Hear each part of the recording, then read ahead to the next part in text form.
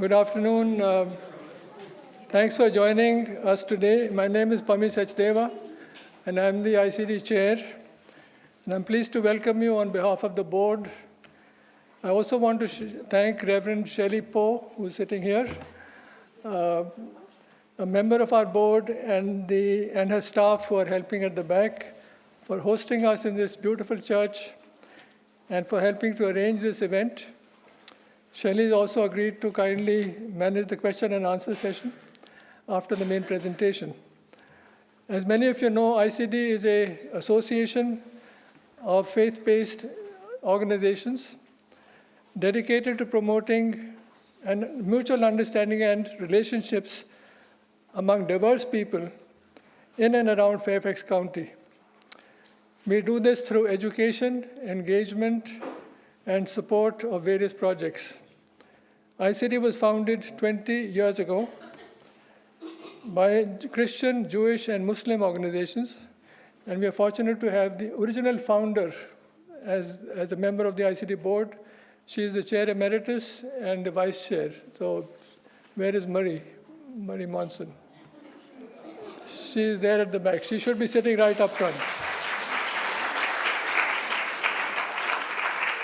And there are a few other original members who keep coming for our meetings, but she's the person who's leading this entire effort. We also have grown in the last 20 years. We have now 6 faiths represented, including those 3, plus the Hindus, the Sikhs, and the Baha'i. We promote inclusiveness, integrity, respect, and trust of all people, and we stand in solidarity with one another. The brochure that you received from the desk outside provides a lot more information, and we have a website that you can go to get a sense of the programs that we run. I encourage you to go to these sources and then look us up and join us in our future events. To get us started for this event, I'd like to invite Judith Shamir, a board member and chair of the ICD Education Committee, to give you an overview of the program today and then to tell us what's going to happen next. So Judith, please. Thank you.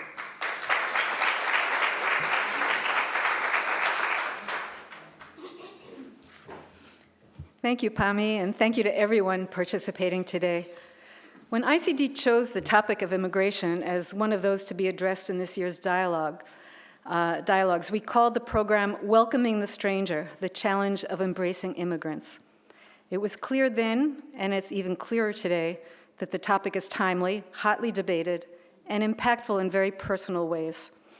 In addition, we realized that the topic is so broad and complex that a single 2-hour program couldn't possibly do it justice. So we broke it into 2. The title of last week's session was Immigrants in America, Benefit or Burden. We learned a lot from Mike Hafer about a broad overview of immigrants in America, and including its history and evolving policies, demographic characteristics, and more. Today, we bring the focus closer to home. Our title today is Immigrants in Fairfax County, Challenges and Opportunities. The goal is to learn about immigration trends here in Fairfax County, including demographics, challenges to the community and to the immigrants themselves. Our speakers will inform us about systems that are in place to promote positive outcomes, and will respond to your questions until about 4 o'clock. After that, we'll move to our resource fair, which some of you also already started taking a look at, where representatives of some of the agencies and organizations serving immigrants are set up to share information about what they do and help you find ways to either help or access needed assistance. Today's speaker, Carol Escalante, is the Director of Immigrant Community Affairs in the Fairfax County government, and as such is part of the One Fairfax team. A native of Honduras, she served as a diplomat in the Honduras Foreign Service for approximately 8 years. In her last post, she served as Consul General of Honduras in Chicago, Illinois. During that time, she worked to support the Honduran community and develop new strategies to create programs that help Hondurans with immigration, human and labor rights, education, financial literacy, and other important areas of concern. Along the way, she earned an MA degree in strategic communication from George Mason University, an MFA degree in media design management from the International Academy of Design and Technology of Tampa, and a BA degree in journalism from the National Autonomous University of Honduras. It's been a personal pleasure getting to know her, and I'm sure we'll all enjoy learning from her. So please join me in welcoming Carol Escalante.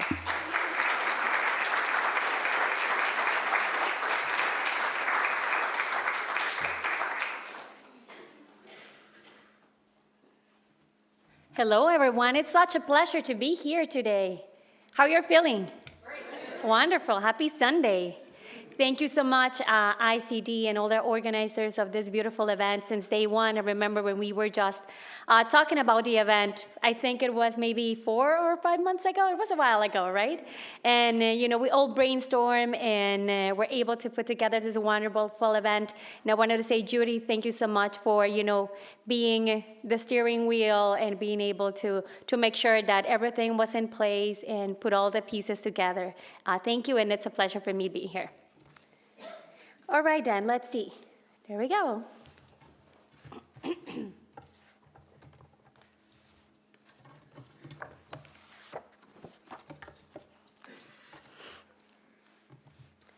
All right, then, so today I'm going to be talking about immigrants in Fairfax, and I'm going to set up a little bit about my agenda. Today I'm going to be talking about introduction about immigrant community affairs, my role. I'm going to be talking about immigrants in Fairfax. We're going to be talking about the trust policy, common challenges that immigrants face in our area, and important considerations for faith leaders, community members when providing services or when wanting to support our immigrant community.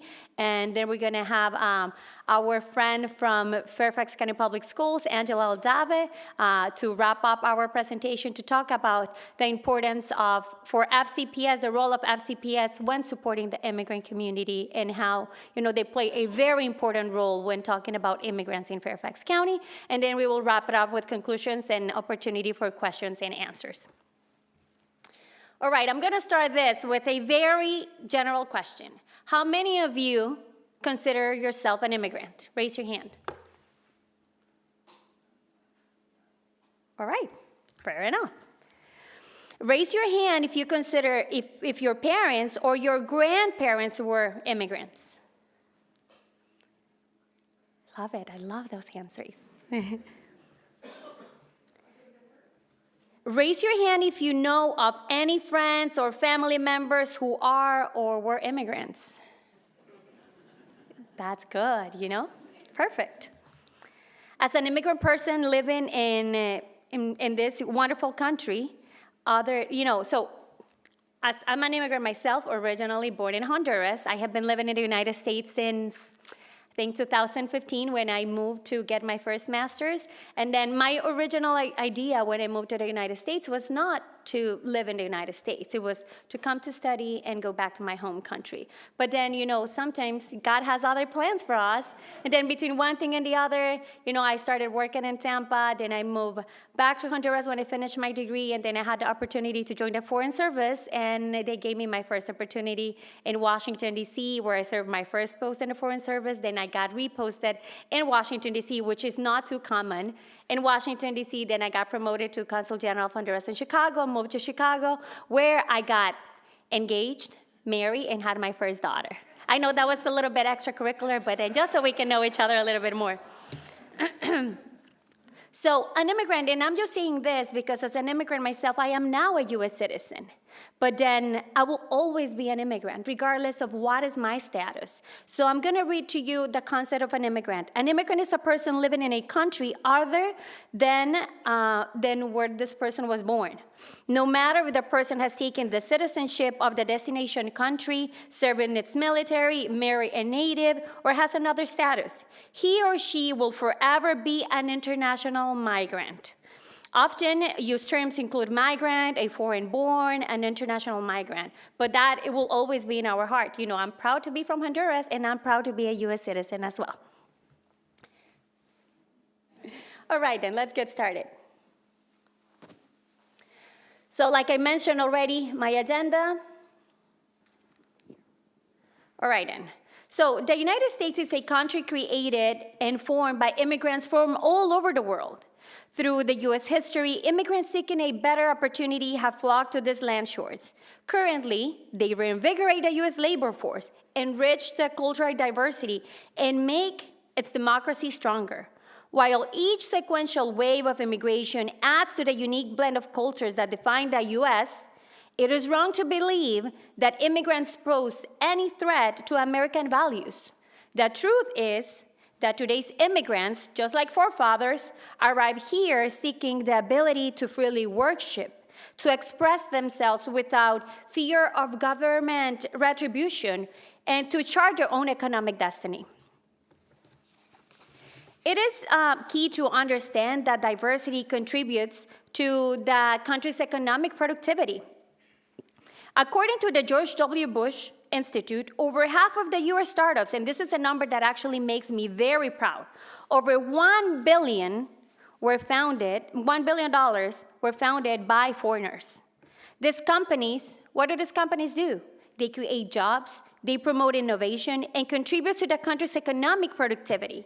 Immigrants, instead of weakening our values and democracy, as some may claim, they enrich and revitalize our institutions and beliefs.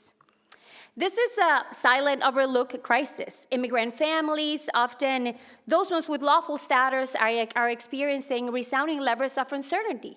And even those ones who are with a lawful status are also still, with a little bit of fear of what's going to happen, or if they have someone living in their house that is undocumented.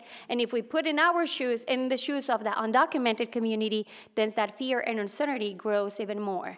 And then we can think that once they have a permanent or a regular status here, things will change, but not. This is something that if at some point they were undocumented, even now they have a regular status, this is this stigma that sticks with us, right? So us as community leaders, as nonprofits, as immigrant advocates, we always need to make sure that we reinsure our community members all the contributions that this country is the great country it is because of the contributions of us, the immigrants, and that this county is the great county it is and the powerful county it is because of our contributions. And we want all immigrants in Fairfax County to feel like they belong here and that they are an important piece for our community, and also even share it with our community members who are not immigrants, just so they can understand, because sometimes we always see like that negative aspects, but we are more than those like 1 or 3 that are not that great. But in the majority, our community,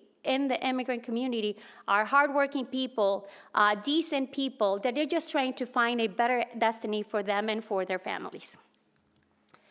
And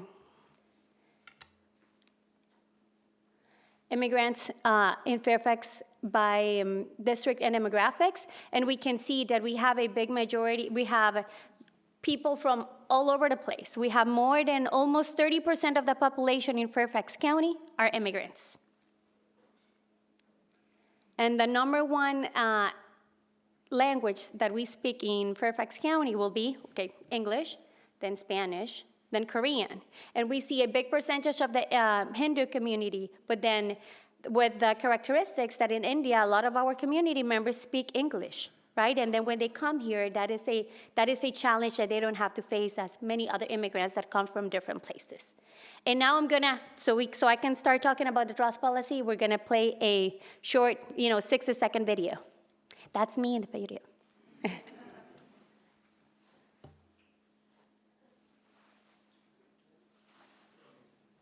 Public trust and confidentiality policy, more commonly known as the trust policy. Through this policy, Fairfax County commits to protecting the rights of all residents, regardless of their immigration or citizenship status. It also guarantees that everyone has an equitable opportunity to participate in the county's economic vitality. The trust policy ensures that immigrant residents can access county benefits and services, knowing that the information they share will not be disclosed to federal immigration officials. One Fairfax recognizes that the county's racial, ethnic, and linguistic diversity is a key source of the county's strength. And in support, the trust policy establishes countywide standards for information sharing and other protections. For more information, visit our website or send us a message.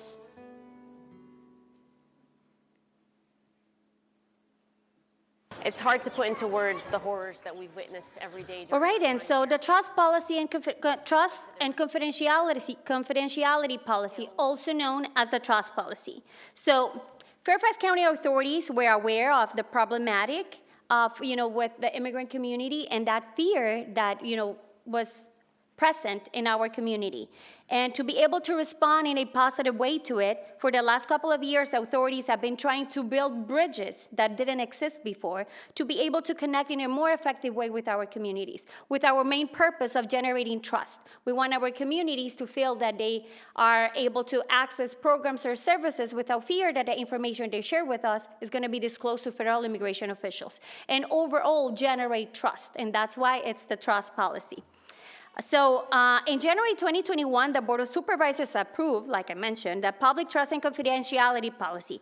Through this policy, also known as the Trust Policy, the county reflects that it's enthusiastic and devoted to protecting the rights of all its residents, regardless of their immigration or citizenship status, and to guaranteeing they have the equal opportunity to participate in our economic productivity.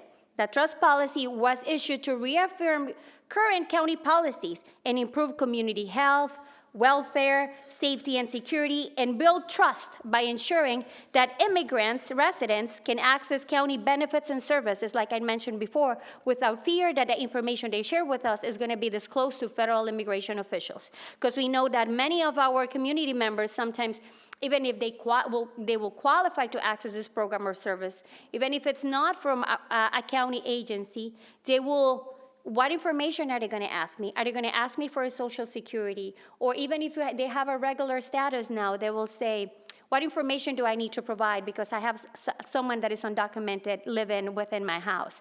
And, so many misinformation, and that's why we need to build those bridges. That's why we need to build the trust within our community. We need to make them feel that they belong here and that those programs or services are created for our community in general, including our immigrant community. So the trust policy is under the umbrella of One Fairfax. Fairfax County is proud to be a place where immigrants can thrive and contribute to the vital mission of promoting peace, prosperity, and security around the world. Now I'm going to talk a little bit about common challenges of immigrants, because I know that we have many service providers or community leaders or faith leaders that will want to support our community and to make sure that we take in consideration all these challenges that our community faces so we can provide them a service with a quality service and that we are intentional when serving our community, because it's not a matter of translating a flyer and say, oh, we have it in 9 languages. But are we getting to our target audience? Our target audience is absorbing the information of the program or service where they can say like, oh, this can have a positive impact in my family. I'm going to go ahead and apply. We need to be intentional into saying, what is the cultural competency? And I'm going to talk about, all these details that we need to take in consideration when we provide programs or services, or when we want to engage in an effective way and generate that trust that I'm talking about when supporting or when helping our immigrant community. We need to understand that many of our communities have difficulty speaking English. That the United States is not known for being multilingual. And so imagine arriving here unable to speak English, trying to get a job, making friends, or completing basic needs like, buying your groceries or filling out forms for your kids in school. But I'm glad that FCPS does a great job into making sure that our community members are able to fill out those forms in their language of preference. But there's still so much of information, so many programs that have been shifted to make sure that we support our community members in a more effective way. But our challenge right now is making sure that our community members know that those tools are there to support them, right? And that they are able to use them in an effective way and overall be able to take advantage of the opportunities that we have placed so things can be easier and less challenging. So to address this, language barrier or lack of knowledge of English, many refugees as immigrants take ESL classes. But finding time between jobs and caring for kids can be difficult because I have heard Americans not everyone, but I have heard this comment before, saying like, okay, well, this is our country, and then you need to learn our language.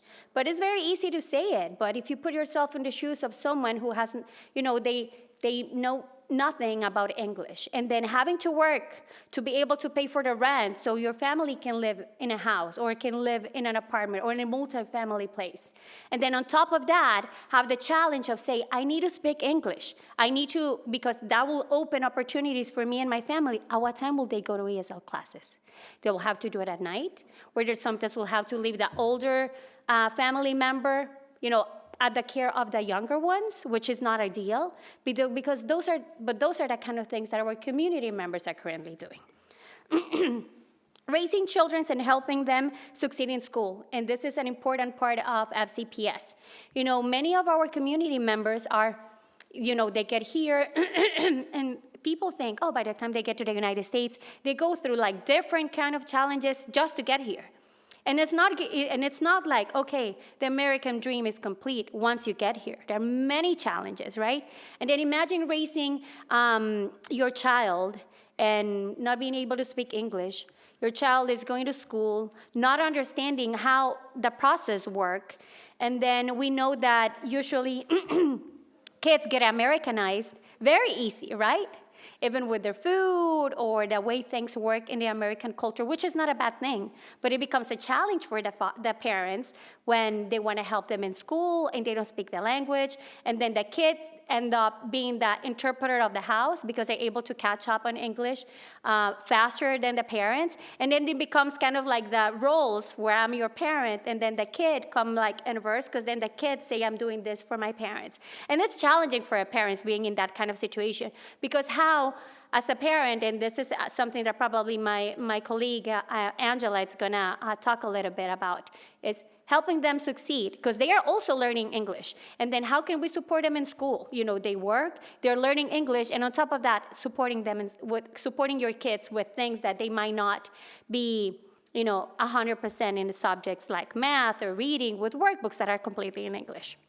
So take that also in consideration when serving our communities.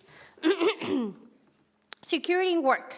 Well, most refugees and immigrants are happy to take whatever job is available when they first arrive to this country. Finding a job and slowly moving up the ladder is incredibly difficult. Even if you ignore undocumented immigrants who faced additional challenges, thank you so much.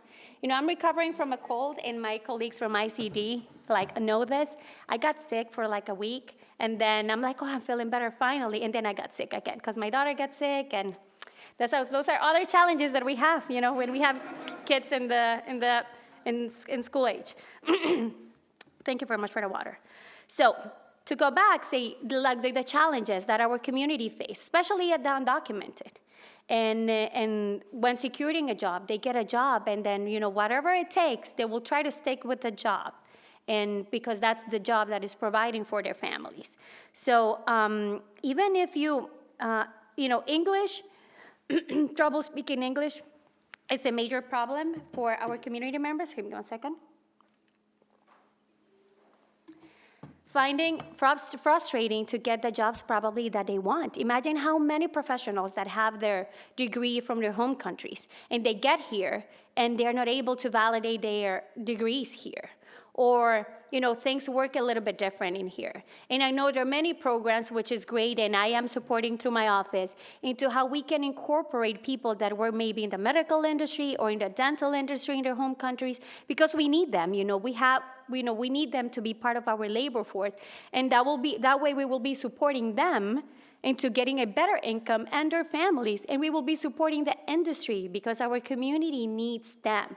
And but then that's like, and this is a reality that very common. We will see a doctor being a cab driver, or we will find an engineer, in the construction industry, and putting all the knowledge and all those studies, on the side where they can be contributing to our community with all the knowledge they have.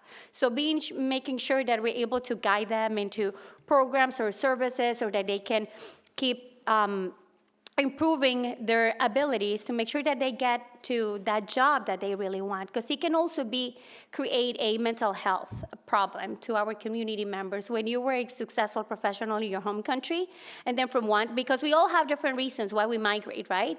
But there are many immigrants that they didn't have the option to plan, or what I'm gonna do when I get there, or this is gonna be my plan. It's just one day they were in their home country, and the next day they needed to migrate. So some employers that recognize a sense of urgency and desperation among these groups to keep their jobs, and so they will do the less desirable jobs. And even if they are risky, they'll say, you know what, we will take them. And then what happens, and I'm glad that on the information tables we have Monica today to talk about labor rights. Many of our community members do not know they have rights, right? They think because they are immigrants, they're not rights, and they have labor rights. They're human rights, right? And making sure that we share this information with our community members, because sometimes, we have our daily workers that sometimes get picked up at, let's say, Home Depot, and then they get, we're gonna pay you $100 a day, and I'm just saying a whatever number right now, right? And then, they finish the job and be like, oh, you know what, this took, less than expected, I'm just gonna give you 70, instead of what they had agreed before, right? And then that will be kind of like a mild case. There are other cases where people will have the immigrants or immigrant families in their house and be, okay, you know what, I provide you home, I provide you housing, and then you just have to work for me. And then that's not that common, but it happens as well. So those are kind of like the challenges that our community face. And so making sure that workers know that they have rights, regardless of their citizenship or immigration status. They have human rights and labor rights that employers need to respect. Now, if we talk about securing housing, well, I don't have to tell you that affordable housing in Fairfax County, it's expensive. And imagine getting on the list and being able to be granted with an affordable housing, right? But even if you get granted, it's still expensive. So imagine trying to obtain, trying to pay that with a low-paying job. For that reason, families live together. They live in multifamily homes with noisy environments that is hardly to be able to concentrate. It's very complicated. So imagine if you have to study, if you need to prep your kid for a test that they have the next day. And so it's complicated. Again, refugees and immigrants fall victim of exploitation, to this time from landlords. And I'm going to provide you an example. There was a group members in Utah that they say okay, we were able to secure an apartment. Here's where we're going to live. And then, okay, great. The landlord knew that apartment had bed bugs. But he didn't say anything.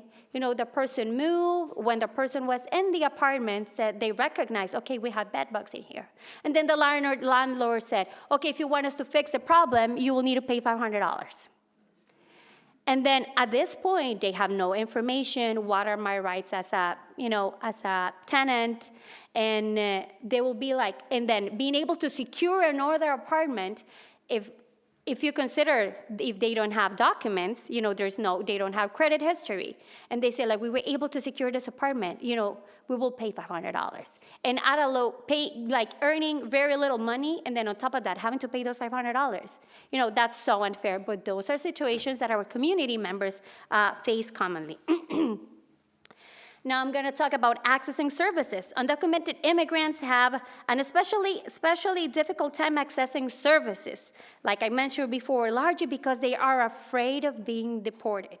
Consequently, people will avoid seeing the doctor and reaching out services like legal guidance when they need it, when they badly need it. Those who are here illegally are necessarily in the clear. Difficulty speaking English, trouble taking off time from work, and limited transportations are very real issues. Accessing mental health issues especially also problematic. Many times refugees and immigrants have been exposed to violence, rape, even torture, but may not know how to seek help in this country or in our area. Furthermore, mental health issues are a taboo in many cultures. Be like, what? What's that? Does that exist? Creating an additional barrier for those in need. So for those who are able to successfully obtain the services they need, the experience is usually negative. I heard stories about law enforcement professionals in other jurisdictions misunderstanding the victim's statement due to language barriers. And doctors diagnosing 6 patients for the same reasons. So imagine people not getting their physical done. Now that we know that we are seeing so many cases of cancer, then our community members, until they have a lot of symptoms, they go to the doctor, but then it's too late. So making sure that we are communicating with our community members. I think we have representatives of the health department, hopefully we do today. And all the clinics in Fairfax County are open for the community in general, without the restrictions of their citizenship or immigration status. So that is something that we need to push if we want to support our community. Get screened, and then talk about and learn a little bit more what are the programs or services available. We talk about transportation, like language barriers. Trouble with transportation is an issue that affects nearly every aspect of the life of refugees and immigrants. Obtaining a driver's license, whether documented or not, is extremely difficult. You need to study for the test, and then not in all the states are able to do the test in your language of preference, and then learning the signs, and then I'm gonna talk about safety pedestrian here in a minute. Then usually if, getting a car is expensive, being able to get a driver's license is challenging. And then okay, finally, I was able to get a driver's license, I was able to get a car. Then we have a family of 6. Mom stays home, take care of the kids, and then dad goes to work. Who takes a car? Dad. How mom mobilize herself? She will need to ask a neighbor for a ride or use public transportation with many kids in a place where she probably live, if they live in a rural area in their home country, even safety pedestrians signs, they're not familiarized.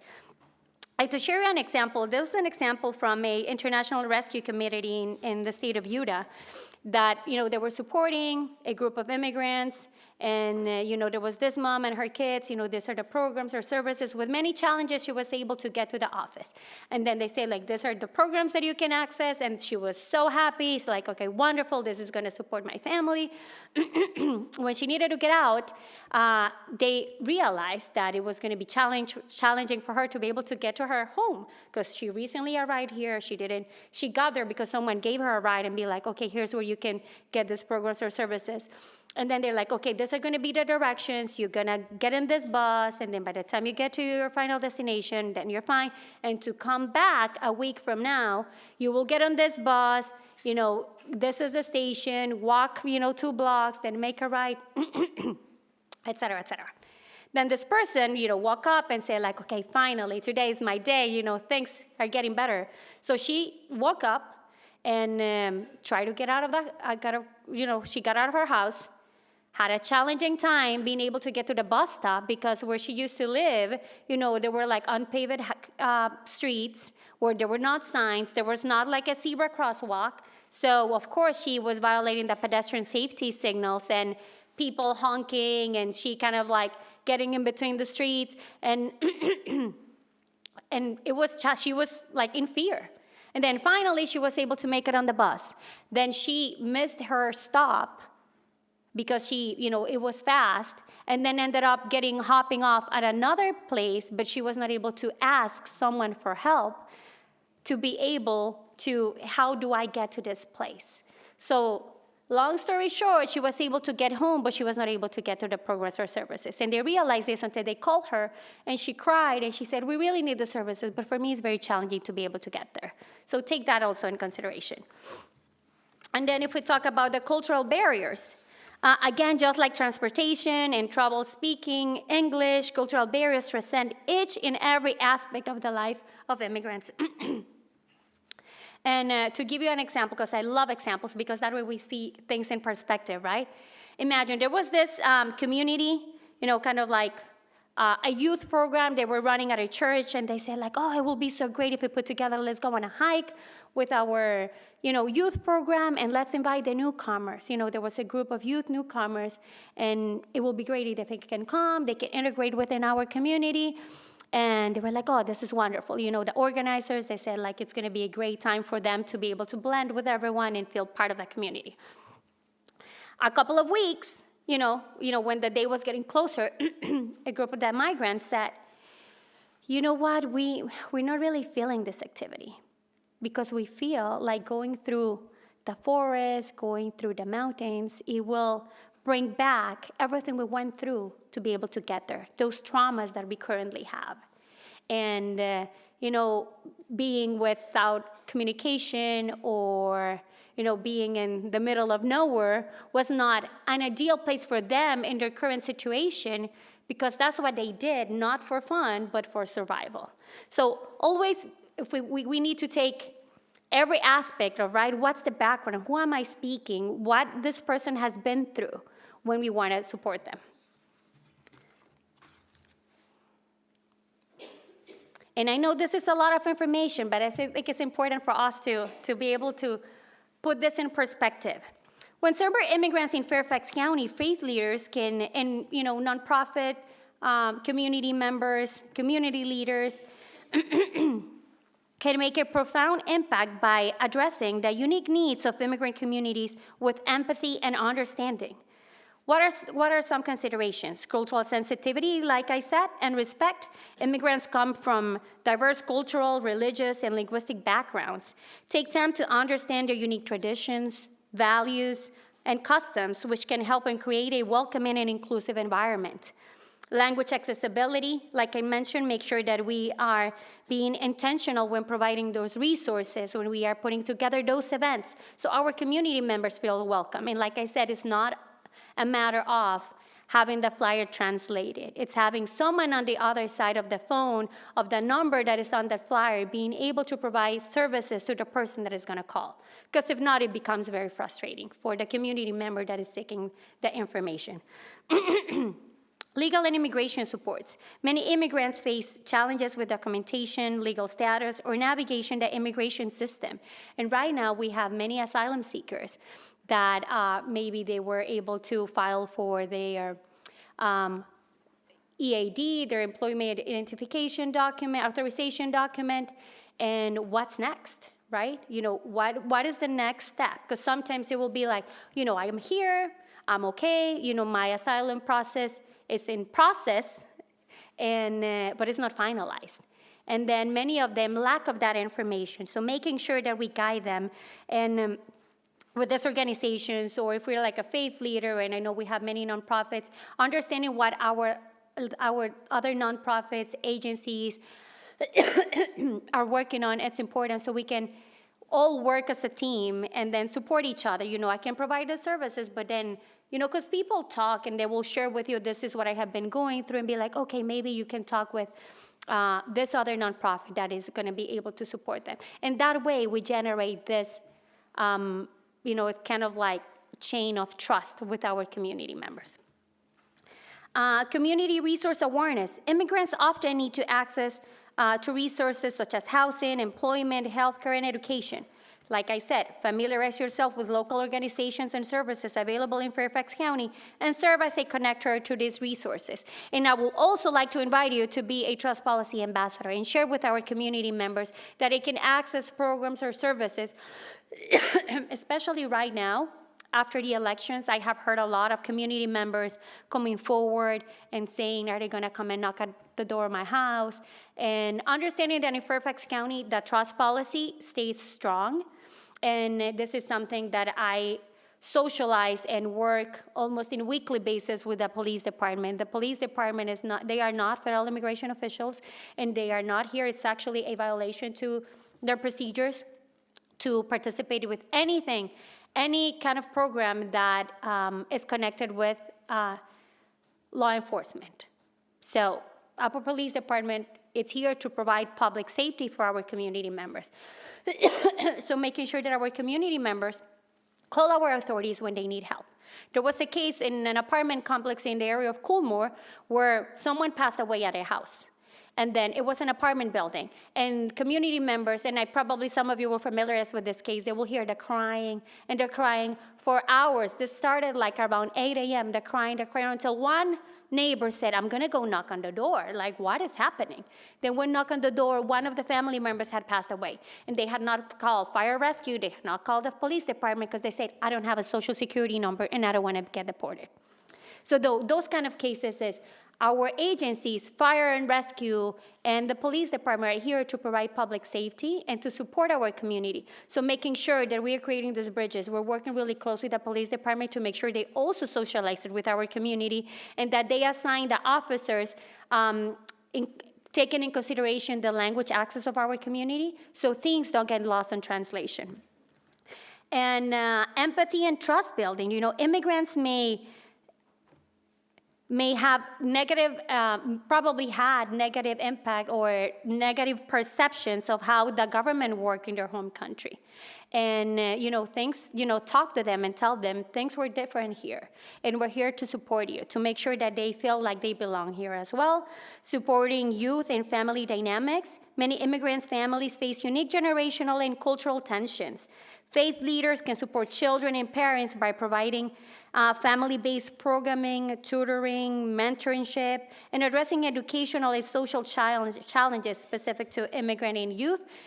Myself, I am a mentor for George Mason University to go and talk with those youth, for our future professionals and empower them. I also support the START program for an organization that is called Hakan. I think we don't have representatives today. And then what they do is, they serve the immigrants, and then, making sure that we're sharing the information that, they're valuable, they have many opportunities, and it's not a matter of, my family doesn't go to college, then I'm not gonna go to college, or I'm not gonna continue my educational path. No, we need to empower them and tell them that they are here to succeed, and they can be the future. Can be our future leaders. They can be our future county executive. They can be our future board members. They can be our future presidents, right? So making sure that we empower them that, keep going. And encouraging community integration. As community leaders, we play a role in bridging relationships between immigrant and non-immigrant congregants, helping newcomers feel welcome and connected to broader community programs like community meals, volunteering opportunities. It's wonderful. And, share events to foster unity. In Fairfax County, we take pride of our diversity and value each and every individual who calls this community home. Fairfax County is a place where people from all walks of life, backgrounds, and cultures are welcome with open arms. We celebrate our shared commitment to building supportive, inclusive, and thriving community. No matter where you come from, you are part of what makes Fairfax a special and powerful county. We are here to support our immigrant community and ensure they feel at home. Thank you so much. And with this, I'm gonna give space for Angela to talk a little bit about the relationships of immigrants and Fairfax County Public Schools.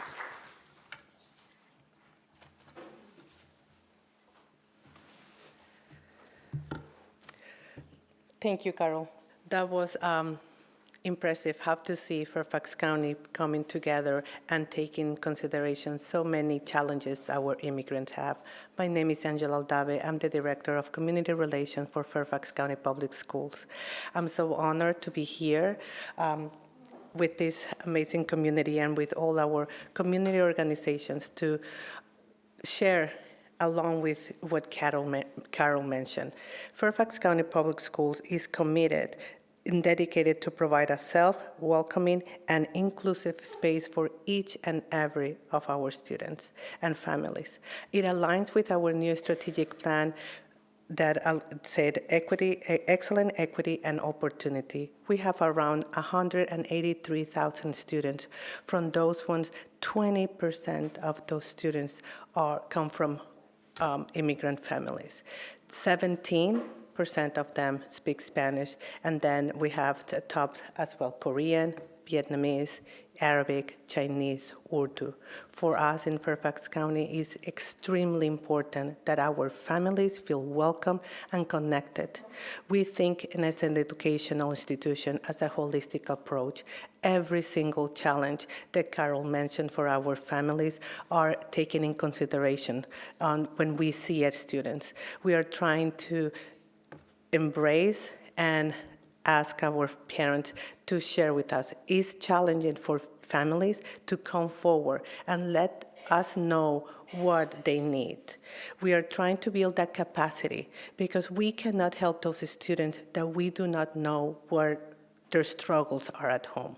In order to make this a holistic, really, approach for them, an inclusive and continuous approach, we need to work together. That's my deepest desire. I'm open always, and I give all my information. Please stay close to us. We're gonna present the video. We do have a trust policy that aligns with the One Fairfax trust policy to make our family feel welcome and secure in each of our schools. The trust policy is FCPS's commitment to provide a safe, welcoming, and inclusive space for all students and their families, regardless of immigration status. The trust policy ensures that all FCPS students and families can access FCPS benefits and services without fear of their information being disclosed to federal immigration officials. Every FCPS employee plays an important part in carrying out the principles of the trust policy. That means every FCPS employee will demonstrate cultural responsiveness in supporting families, students, and other staff by protecting the privacy of personally identifiable information of students and families.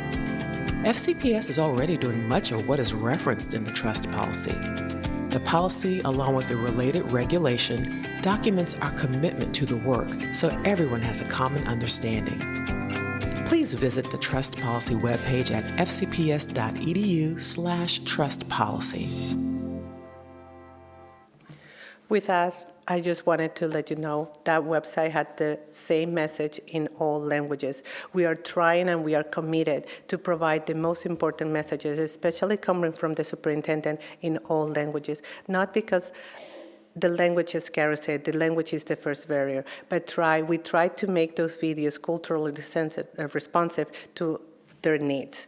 We are here as well under the community relation. We have an approach that is in the intercultural approach, the approach that we try to be intentional in every single interaction with our families, with the only commitment to bring them forward and them understand that at FCPS they can feel safe. Thank you very much.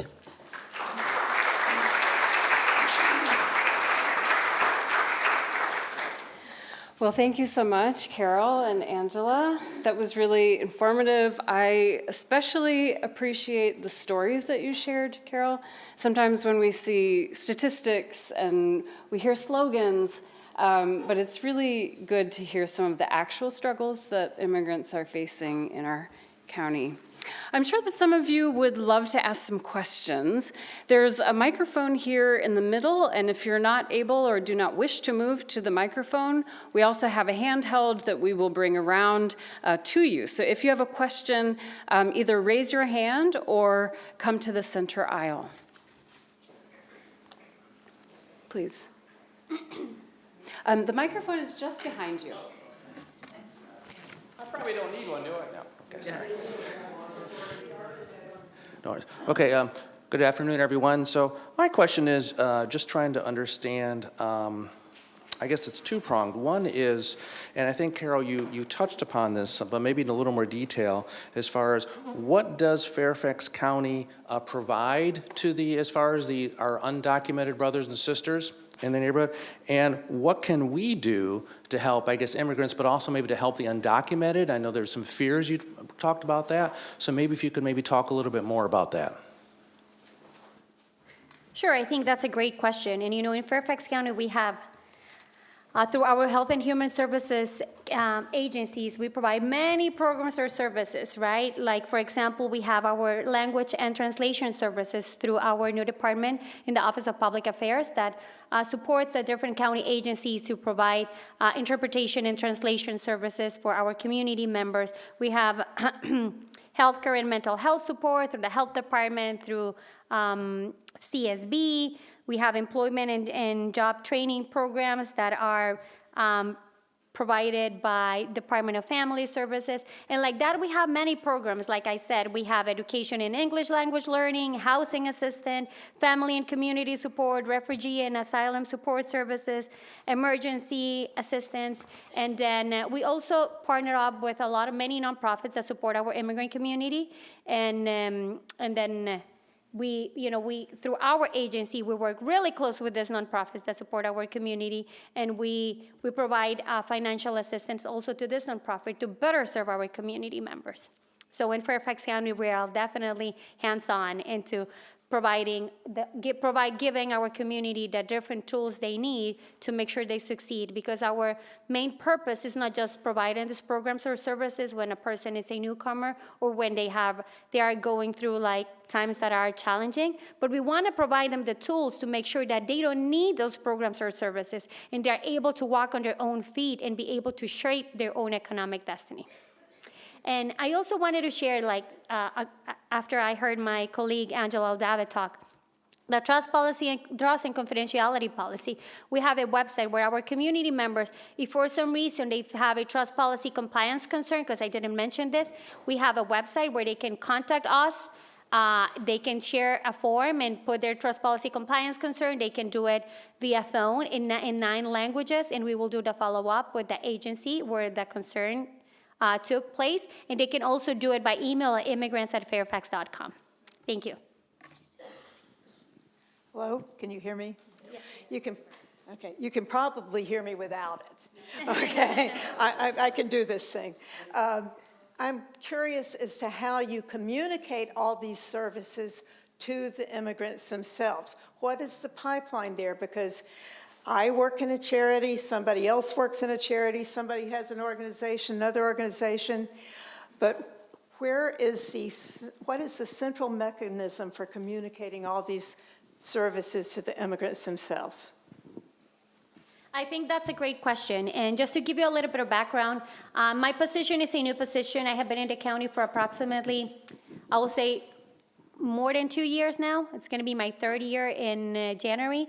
So it's been a process of connecting with the different agencies, because first we need to make sure how are we working with our immigrant community within our county agencies, and then our partners that are extremely important, the nonprofits that support our immigrant community, faith leaders, immigrant advocates, immigrant community leaders as well.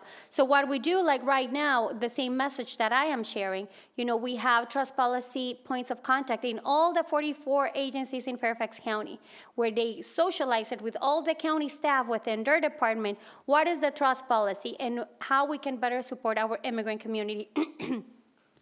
And on top of that, I provide technical assistance to all the different county agencies and how we can better support our immigrant community, right? So I have provided training to almost all the agencies, especially the Health and Human Services that are the ones that provide more programs or services for our community.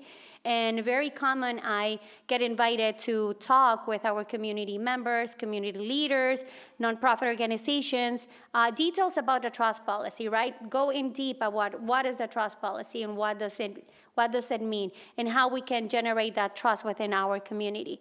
And I also working in a program that I'm going to start in January 2025 that is the Trust Policy Ambassadors. And then, because this encapsulates everything that I'm mentioning under the umbrella of the trust policy, right? And then it will be trust policy within Fairfax County that it follows the same concept that we do as One Fairfax, where we have equity leaders, equity ambassadors, and we will have trust policy ambassadors specifically for the immigrant community. We will start with the county side and then eventually expand this program with the community. But also know that, if there's anything, we need extra support, like very common, for example, next Friday I have a conversation with a group of Northern Virginia Family Services to talk about the trust policy, to talk about how we can better support our immigrant community. They're doing a fantastic job, but then always receiving that information or that extra part of information, it's always helpful. So please reach out if you need additional resources. Thank you.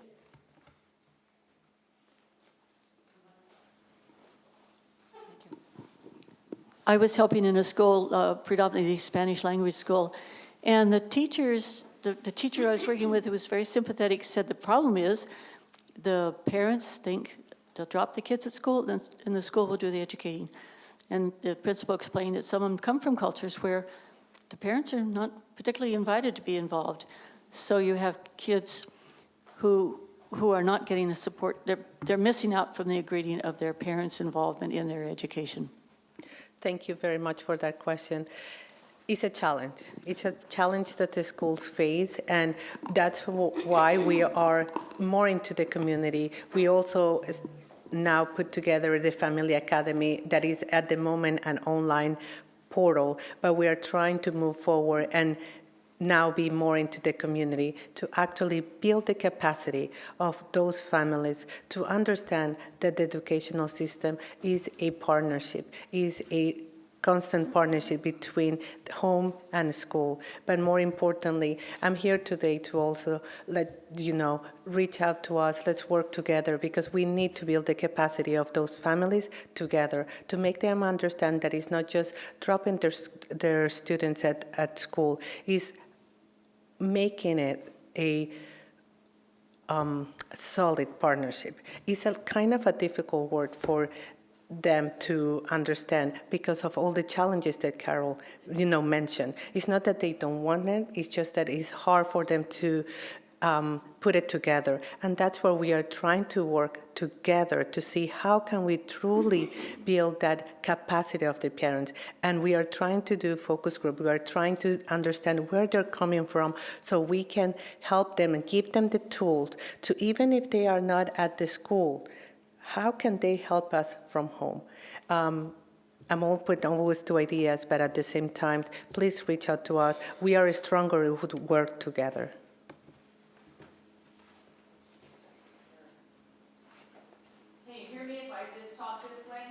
Great.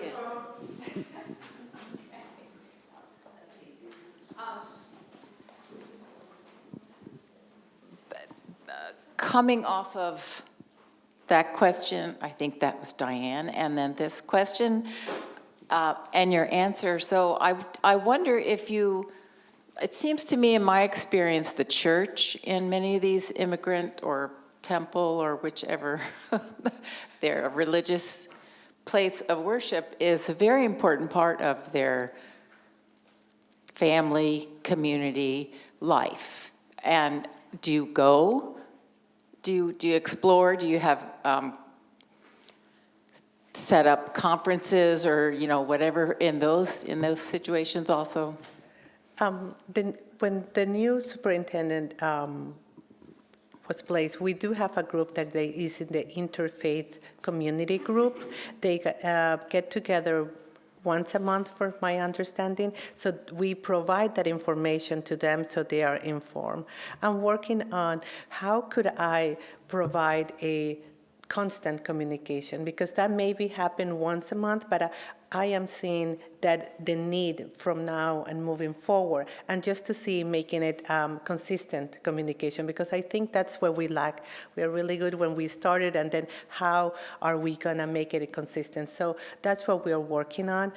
Thank you for bringing that into our attention, and I will try to make a solution to how can we all stay together.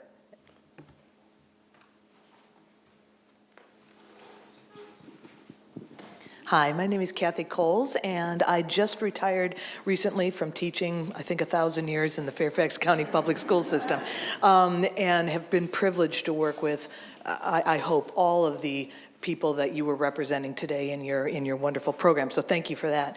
My question today is very specific because I live within the community in which I most recently retired from. So I am deeply entrenched. They are my neighbors. They are my families. They are a big part of my life, and I love each and every one of them. My question is, with the current state of events that just happened about a week or so ago, there's a lot of questions, and the questions are good, and they're you know, they make perfect sense. I don't have answers. Is there some place or is there like a flyer or something that is generic for someone who's fearing deportation of themselves, their spouse, their family? Is there something that they can physically have in their hand when those kids are walking to the local CVS and somebody comes up to them and asks them? I know they shouldn't, but is there something that we can, as community members, help them understand what's the process? If you're worried about being deported, what can I help you with? What can you help yourself with? How can you make sure your family's safe and secure? Thank you. I think this is a great question, and this is something that was experienced for our immigrant community in 2016 as well, right? So right now we are working really close with different nonprofits that provide legal counseling or legal services for our community members. Knowing your right is very important, and being ready for the worst. Hopefully nothing's gonna happen, and I think we're in a good place. Fairfax County is a place that welcomes immigrants, but we always need to better be safe than sorry, right? Making sure that we have our documents in order, that we have a power of attorney for something, just in case something happens, our accounts in order, and that way, we are ready. What if the scenario comes to place? And I think that's important. Rosalia, would you like to add something?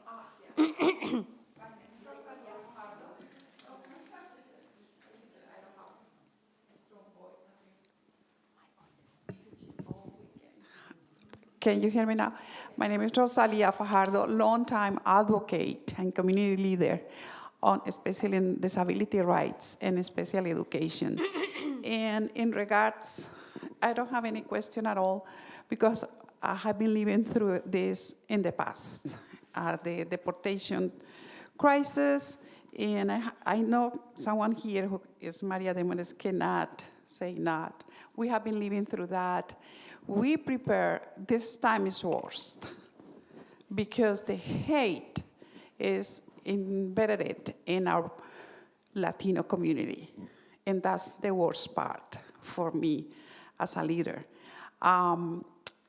We prepare in the past clinics, legal clinics, to teach families how to be really ready.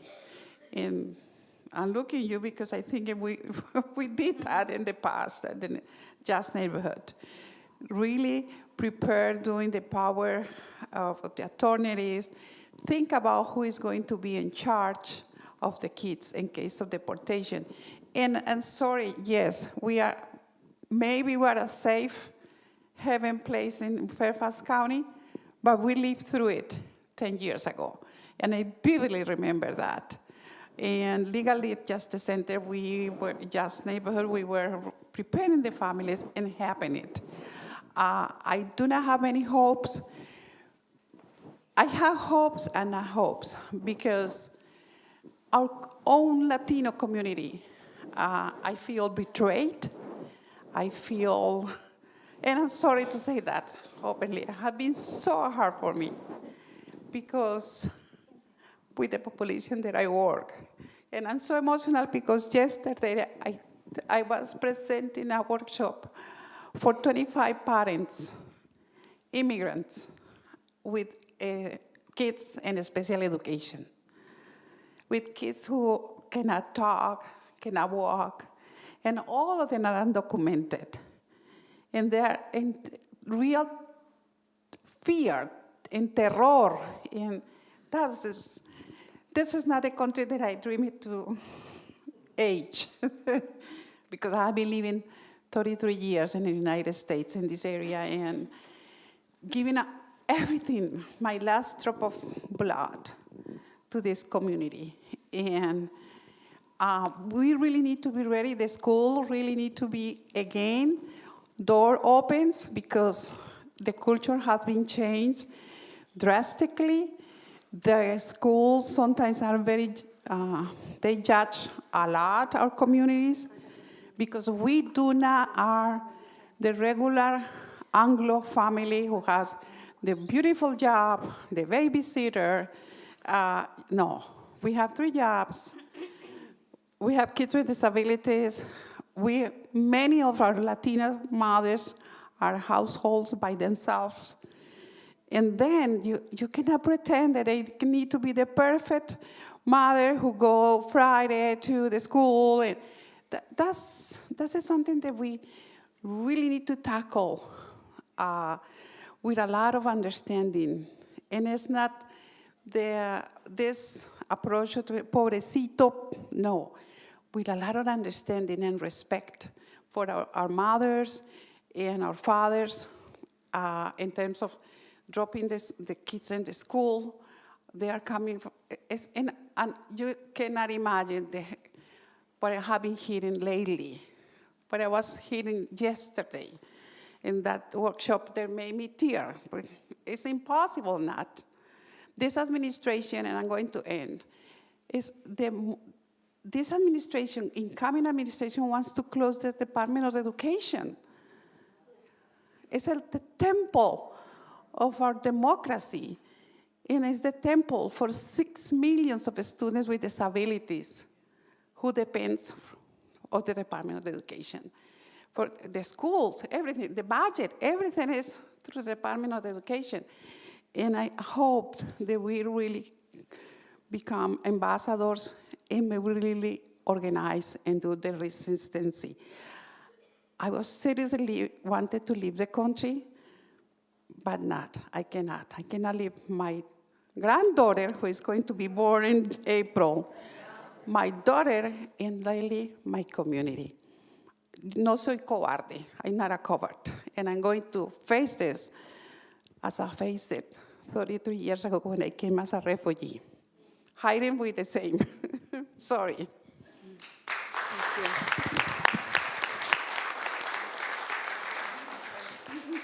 I'm going to just respond in general to some of the questions. There's probably 8 or 10 immigration legal service providers in Northern Virginia, including Just Neighbors that I'm representing.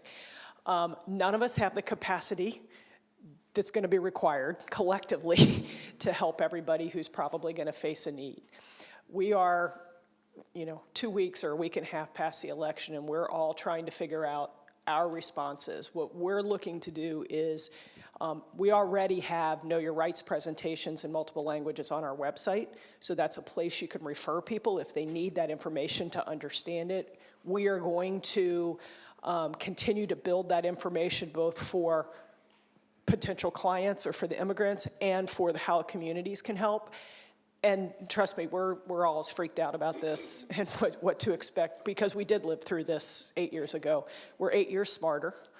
My attorneys are 8 years better. But it's going to be hard. And it's not going to be pretty. And there's going to be a lot of people who are not going to be able to access help from a legal perspective. It's just the reality of it. And so the things that we can do are when you see violations of the law, when you see people who are citizens being taken because they look like an immigrant, those things need to be documented and collected. I don't know exactly how to do all of that yet, but there's going to be organizations like ACLU and other national organizations who are going to be the litigators of a lot of this stuff, and they're already preparing for this. So if you are aware of incidents and you have actual information, take note of it, document it, get it to the county, get it to somebody, get it to ACLU. If you see people being treated inappropriately, illegally, Fairfax County, we're blessed to be in a county where they put these protections in place. That doesn't mean ICE is going to do everything by the book. And so we need to be cognizant of that, and we need to communicate with our immigrant neighbors that the county's going to support us, but they also need to be aware of what happens if ICE comes to the door. And that's these videos and things that are online for Know Your Rights. Those are available. You don't need a presentation. They can do it from their phone. They could get it in their own language. We don't have the capacity to do a presentation for every group that wants to do it, and quite frankly, what we saw 8 years ago is the first 2 presentations, we had a ton of people, and then nobody came. I had schools call and ask us to set it up, and 0 people showed up because they were afraid. So technology is there. You might have to help them. Here's how you can access this. They can do it on their phones. Everybody has phones. And so there's information out there. And if you don't know where to find it, you can call. We can try to get it, go to our website. I'm sure the other immigration legal providers will do the same. Thank you. So unfortunately, we are out of time for questions and answers here, but Carol and Angela will still be here for the next 45 minutes or so, and we have so many organizations that are eager to give you the answers that you're looking for in terms of concrete details, phone numbers, places that you can go. So I'm going to turn it over to Judith now for some closing remarks before we go to the resource fair. Let's give a round of applause one more time.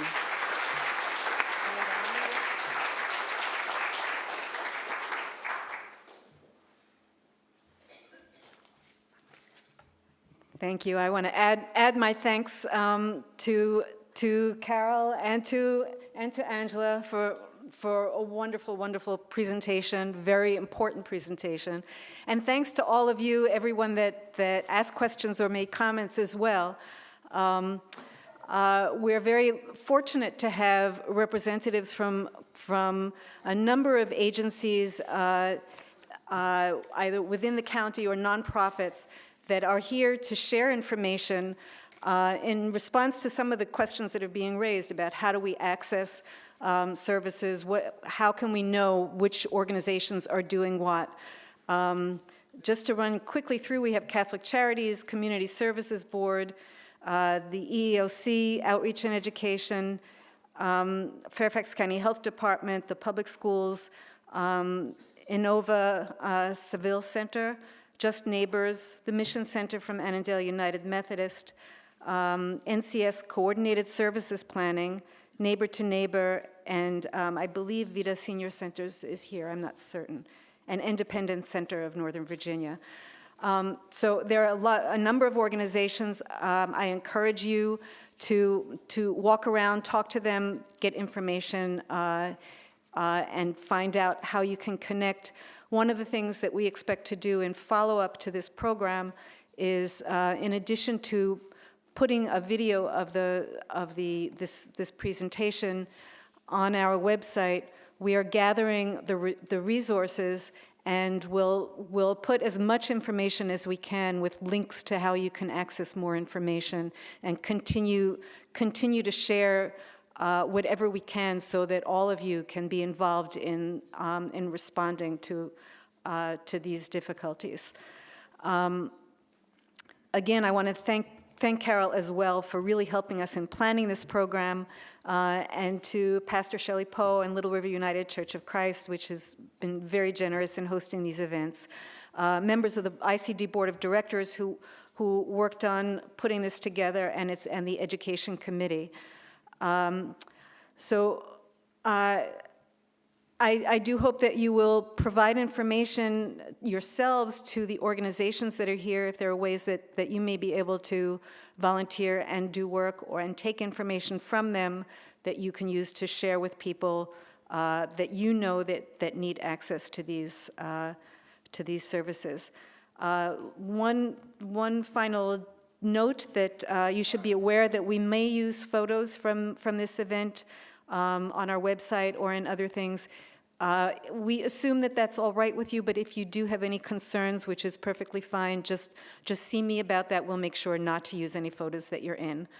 And also, please watch our evaluation form in the next couple of days, where we'll be looking for some feedback from you about this program. So now I would like to welcome you to go out, pick up some refreshments on your way into the next room, which is where we have the resource fair. And thank you again.